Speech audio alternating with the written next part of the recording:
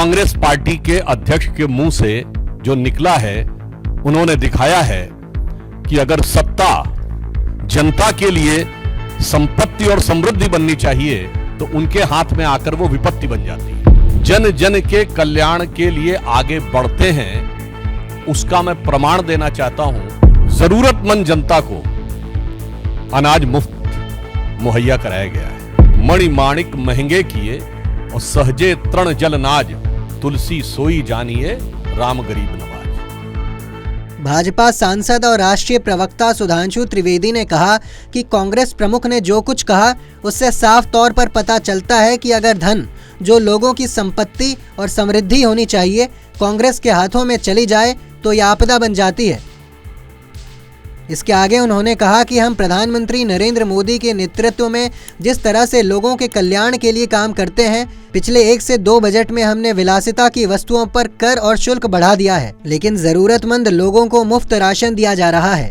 कांग्रेस जैसे कुछ लोग ऐसे हैं जो सत्ता में आने के बाद धन लूटते हैं और लोगों को उनकी बुनियादी सुविधाओं से वंचित रखते हैं। इसके अलावा सुधांशु त्रिवेदी ने क्या कुछ कहा, आइए सुनते हैं। कांग्रेस पार्टी के अध्यक्ष के मुंह से जो निकला है, उन्होंने दिखाया है कि अगर सत्ता जनता के लिए संपत्ति और समृद्धि बननी चाहिए तो उनके हाथ में आकर वो विपत्ति बन जाती है।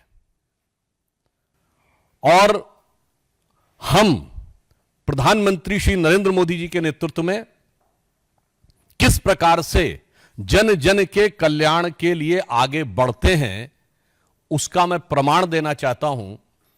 जस्ट आपने देखा होगा पिछले 2-3 बजट से जो precious James and jewellery and the luxury items के ऊपर ग्रेजुअली टैक्स एंड ड्यूटी बढ़ाई गई है और जरूरतमंद जनता को अनाज मुफ्त मुहैया कराया गया है। मोदी जी का यह विचार उस भगवान राम के आदर्श से प्रेरित है, चूंकि दीपावली का पर्व है, जिनके लिए लिखा गया है कि मणि माणिक महंगे किए और सहजे तृण जल नाज, तुलसी सोई जानिए राम गरीब नवाज।